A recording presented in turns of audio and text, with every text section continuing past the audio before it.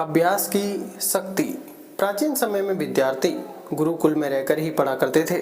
बच्चों को शिक्षा ग्रहण करने के लिए गुरुकुल में भेजा जाता था। बच्चे गुरुकुल में गुरु के सानिध्य में आश्रम की देखभाल किया करते थे और अध्ययन भी किया करते थे।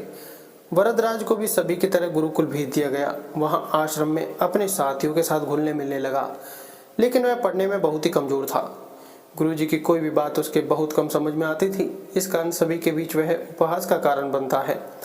उसके सारे साथी अगली कक्षा में चले गए, लेकिन वो आगे नहीं बढ़ पाया। गुरुजी ने भी आखिर हार मानकर उसे बोला, बेटा वरदराज, मैंने सारे प्रयास करके देख लिए हैं। अब यही उचित होगा कि तुम यहाँ अपना समय बर्बाद मत करो। अपने घर चले जाओ और घर वालों के काम में मदद करो। वरदराज ने भी सोचा कि शायद विद्या मेरी किस्मत में नहीं है, और भारी मन से गुरुकुल से घर से लिए निकल गया।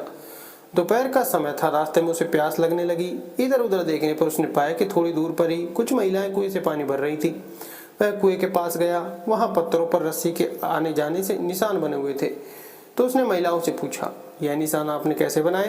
तो एक महिला ने जवाब दिया, बेटे, यह निशान हमने नहीं बनाए। यह तो पानी खींचते समय इस कोमल रस्सी के बार बार आने जाने से ठोस पत्थर पर भी ऐसे निशान बन गए हैं। वरदराज सोच में पड़ गया। उसने विचार किया कि जब एक कोमल सी रस्सी के बार बार आने जाने से एक ठोस पत्थर पर गहरे निशान बन सकते हैं, तो निरंतर अभ्यास से मैं विद्या ग्रहण क्यों नहीं कर सकता। वरदराज ढेर सारे उत्साह के साथ वापस गुरुकुल आया और अथक कड़ी मेहनत की।